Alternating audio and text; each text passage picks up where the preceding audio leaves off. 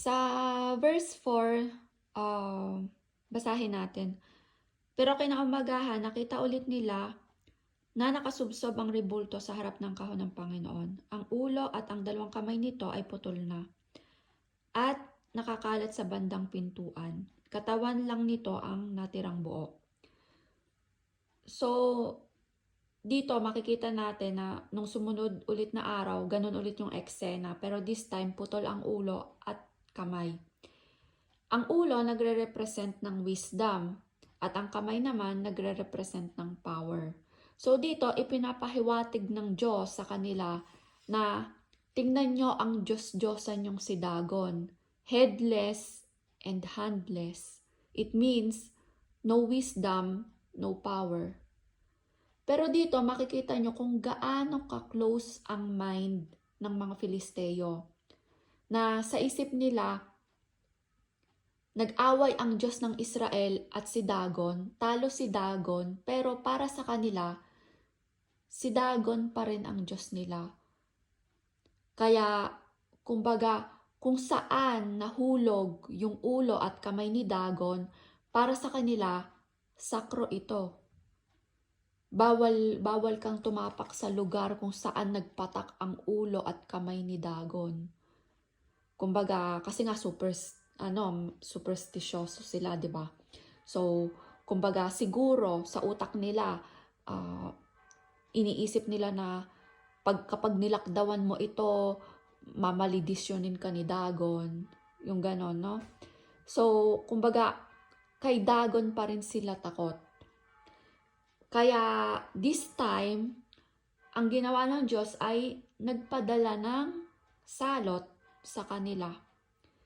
Katulad ng nangyari sa Egypt. So, nangyari yung kinakatakutan nila, no? So, ano ba yung salot na pinadala ng Diyos? Ang salot na pinadala ng Diyos ay actually daga, 'di ba? So, kung mababasa natin doon sa yung sa 10 salot ng Egypt, 'di ba? Ano ba yung mga pinadala ng Diyos? 'Di ba? Palaka, tipaklong, mga langaw ba? So, dito naman, daga. And dun sa daga, dun ka actually makakakuha ng sakit eh. Kasi yung sakit na yon ang tawag is Yersinia infection. Actually, kumbaga, sa story, naging epidemic ito sa lugar.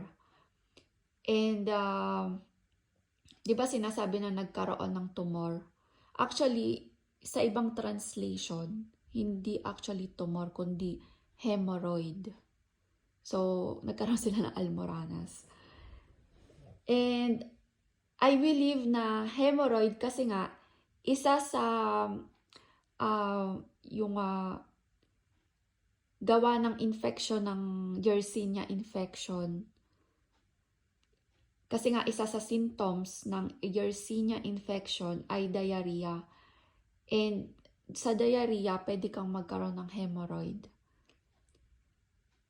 And kung babasahin natin yung sa Deuteronomy 28 verse 27, actually, dito kung babasahin natin ang Deuteronomy 28, dito nakasulat ang pagpapala ng Panginoon sa mga sumusunod sa Kanya. So, doon mababasa nyo lahat ng mga pagpapalang marireceive nyo. And after nun, nakasulat din yung sumpa ng Panginoon sa mga hindi sumusunod sa Kanya. And ang dami nito ha. Kasi yung sumpa is nasa verse 15 ng Deuteronomy 28. Verse 15 hanggang verse 68. So, imagine niyo kung gaano kadami yung sumpa na pwedeng ma-receive, no? So, isa dito is yung sa 27, sa verse 27 nakasulat, pahihirapan kayo ng Panginoon sa mga bukol na ipinadala niya sa mga Ehipsyo. patutubuan niya kayo ng tumor, pangangati, at galis na hindi gumagaling. So, dito nakasulat na naman tumor, pero sa ibang translation, hemorrhoids. So, dito makikita nyo na may pagpapala at may sumpa. And kung isipin natin, bakit kaya hemorrhoids? Kumbaga, ayun yung way ng Diyos para ibaba ka. Kasi nga 'di ba, ang hemorrhoids or almoranas, parang nakakahiyang sakit. And since na yung mayabang nga sila, 'di ba? Proud sila sa sarili nila. Ibinaba sila ng Diyos. Kasi nga pag mataas ka, ibinababa ka ng Diyos. And speaking of this, kung naaalala nyo yung story do sa topic natin sa previous Bible study natin about kay King David, dun sa ipinasensus niya ang mga tao. About do sa topic natin, pleasing sacrifice, ewan ko kung natatandaan nyo yun.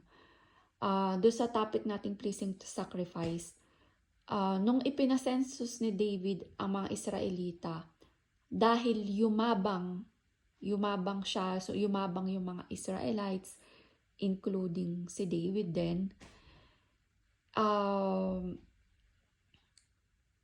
So, ayun nga, ang naging parusa din ng Diyos ay, ayun, nagpadala din siya ng salot. And ayon sa studies, hemorrhoids din yung nangyari sa kanila, yung same salot sa Philistine. And I remember na nag-ask ako sa inyo, I mean, hindi ko na matandaan kung kanina ako nag-ask ng questions. Some of you na mag-research and basahin yung 1 Chronicles 21 verse 1 to 15. Tapos basahin din yung 2 Samuel 24 verse 1. And so, yun, basahin natin yung 1 Chronicles 21 1 to 15.